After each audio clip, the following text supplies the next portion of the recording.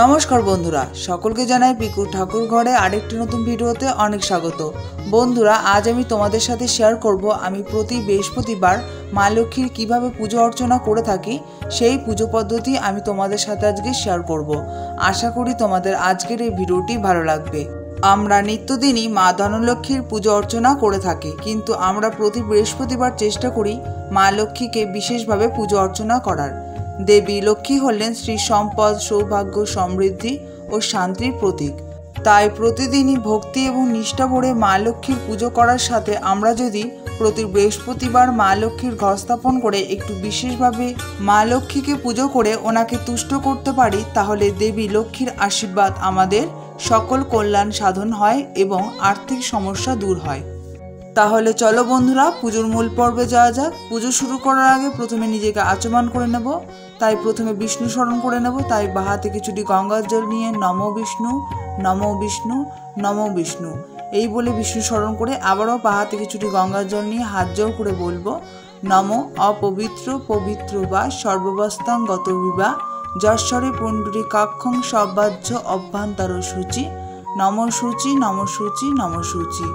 নিজেকে আচমান করার পর এবার পুজোর সমস্ত উপকরণ একটি থালায় আমি সুন্দর করে সাজিয়ে রেখেছি। এবার সেই সমস্ত উপকরণ আমি শুদ্ধকরণ করে নেব। তাই প্রথমে গঙ্গা জলের দ্বারা প্রথমে শুদ্ধকরণ করে নেব। তারপরে একটি পুষ্পর মাধ্যমে আমি কেশর চন্দন দিয়ে সমস্ত পুজোর উপকরণ দিয়ে আমি শুদ্ধকরণ করে নেব। তোমরা এখানে শ্বেত চন্দনও ব্যবহার করতে পারো।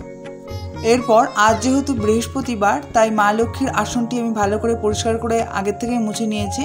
এরপর মা লক্ষ্মীকে আমি সিংহাসন থেকে নামিয়ে স্নানের পাত্রে স্থাপন করে দিয়েছি।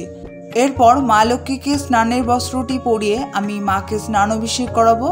আজ আমি কাঁচা দুধের মধ্যে আমি ঘি এবং মধু মিশিয়ে আজ মাকে স্নান অভিষেক করাচ্ছি। তোমাদের বাড়িতে যদি মা লক্ষ্মীর পিতলের বা পাথরের বিগ্রহ থেকে থাকে তাহলে তোমরা এই বৃহস্পতিবার করে মা লক্ষ্মীকে পঞ্চামৃত অভিষেক করাতে পারো বা কাঁচা দুধ এবং গঙ্গা জলের দ্বারাও তোমরা স্নান অভিষেক করাতে পারো। আর তোমরা যদি চিত্রপটে মা লক্ষ্মী পুজো করে থাকো তাহলে একটি পরিষ্কার গামছায় তোমরা সুগন্ধি দ্রব্য হিসেবে গোলাপ জল অগরু এবং গঙ্গা জল দিয়েও তোমরা মা লক্ষ্মীর চিত্রপটটি আলতো হাতে মুছে মাকে স্নান অভিষেক করাতে পারো। এরপর দেখো মা লক্ষ্মীকে আমি দেখো স্নান অভিষেক করানোর পর মাকে গামছা দিয়ে মাকে ভালো করে পরিষ্কার করে মুছে নিয়েছি। মায়ের স্নান অভিষেক সম্পন্ন হওয়ার পর মাকে দেখো এখানে সাজ শৃঙ্গার করেছি। আমি প্রত্যেক বৃহস্পতিবার মাকে চেষ্টা করি নতুন রূপে সাজানোর। বন্ধুরা তোমরা মা লক্ষ্মীকে দর্শন করো এবং কমেন্টের মাধ্যমে অবশ্যই আমাকে জানিও মা লক্ষ্মীর আজকের এই নতুন রূপ তোমাদের কেমন লেগেছে। এরপর মা লক্ষ্মীকে দেখো আমি আবারও পুনরায় মায়ের সিংহাসনে আমি স্থাপন করে দিয়েছি এবং মায়ের আসনটি আমি পুষ্প দ্বারা সুন্দর করে সাজিয়ে তুলছি এবং তার পাশাপাশি আমার সিংহাসনের সমস্ত ভগবানকেও আমি এখানে দেখো পুষ্প নিবেদন করে দিয়েছি। আমার ঠাকুর ঘরের সমস্ত ভগবানকে আমি এখানে দেখো পুষ্প নিবেদন করে দিয়েছি। এরপরে মা লক্ষ্মীর স্মৃতিতে দেখো আমি এখানে সিঁদুরের তিলক পরিয়ে দিচ্ছি। এরপরে মা লক্ষ্মীর ঘরটা আমি স্থাপন করব, তাই সেই ঘরটি আমি প্রস্তুত করে নেব।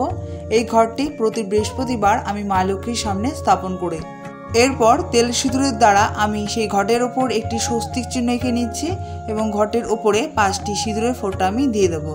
জ্যোতিষশাস্ত্র অনুযায়ী বৃহস্পতির গ্রহ আমাদের জীবনে সৌভাগ্য এবং সমৃদ্ধির সঙ্গে জড়িত। মনে করা হয় বৃহস্পতির গ্রহ সুপ্রভাবে জীবনের ধন এবং মান দুই লাভ করা যায়। এটিকে অত্যন্ত শুভ গ্রহ বলে মনে করা হয়। তাই সপ্তাহে বৃহস্পতিবারটি মা লক্ষ্মীর পূজার জন্য প্রশস্ত বলে বিশ্বাস করা হয়। এরপরে মা লক্ষ্মীর ঘরটি আমি তেল সিঁদুর দ্বারা আমি স্বস্তির চিহ্ন আঁকার পর ঘরটি আমি জলপূর্ণ করে নিয়েছি। এরপর ঘটে 5 পাতা বিশিষ্ট আম্রপল্লব ঘটে আমি নিবেদন করব। তাই দেখো প্রতিটি পাতায় আমি দেখো একটি করে সিঁদুরের ফোঁটা দিয়ে নিয়েছি। তোমরা 5 পাতা বিশিষ্ট বদলে তোমরা এখানে 7 পাতা বা 9 পাতা বিশিষ্ট আম্রপল্লবও ঘটে নিবেদন করতে পারো। এরপর দেখো ঘটে কিছু মঙ্গল দ্রব্য হিসেবে এখানে আমি ধান এবং 1 টাকার কয়েল দিয়েছি। এরপর মা লক্ষ্মীর ঘটে দেখো এখানে দুব্বা নিবেদন করেছে এবং 3টি বিল্লপত্র আমি এখানে নিবেদন করে দিয়েছি। এরপর ঘটে আমি দেখো একটি সিঁদুরের ফোঁটার সহযোগে আমি ঘটে একটি পান পাতা নিবেদন করেছি এবং ঘটে আমি এখানে কলা নিবেদন করেছি। কলাতেও আমি এখানে 3টি সিঁদুরের ফোঁটা দিয়ে নিয়েছি এবং ঘটোচ্ছাদন হিসেবে আমি এখানে দেখো চেরি গামছা ব্যবহার করেছি। তোমরা কলার বদলে তোমরা হরিতকি বা সুপারিও ব্যবহার করতে পারো। এরপর মা লক্ষ্মীর ঘর যেহেতু নিচে সরাসরি স্থাপন করতে নেই তাই একটি পাত্রে দেখো এখানে 5টি সিঁদুরের ফোঁটা দিয়েছি এবং 3টি দুব্বা এবং কিছুটি ধান দিয়ে আমি যেখানে মা লক্ষ্মীর ঘট প্রত্যেকদিন স্থাপন করে থাকি সেই জায়গা স্থাপন করে দিয়েছি। এরপর মা লক্ষ্মীর ঘট যে আমি আগে থেকে প্রস্তুত করে রেখেছিলাম সেই ঘরটি মায়ের সামনে আমি স্থাপন করে দেব। এরপর সকল ভগবানের সামনে এখানে দেখো আমি তেলের প্রদীপ প্রচলন করেছি। তোমরা এই বৃহস্পতিবার করে তোমরা ঘিয়ের প্রদীপও মায়ের সামনে প্রচলন করতে পারো। এরপর ভগবানের সামনে এখানে দেখো আমি 2টি ধূপকাঠি প্রচলন করে নিচ্ছি। তোমরা এই দিন সুগন্ধি দ্রব্য হিসেবে কর্পূর বা পঞ্চপ্রদীপ বা ধূনোধরিও তোমরা মায়ের সামনে আরতি করতে পারো। মায়ের সুগন্ধি দ্রব্য অত্যন্ত প্রিয়। এরপর মা লক্ষ্মীর সামনে এবং সকল ভগবানের সামনে এখানে দেখো ভোগ নিবেদন করে দিয়েছি। আজ আমি ভোগে দিয়েছি লাড্ডু এবং কলা। সেই সমস্ত ভোগে এখানে দেখো আমি একটি করে তুলসীপত্র এবং একটি করে পুষ্প আমি নিবেদন করে দেব।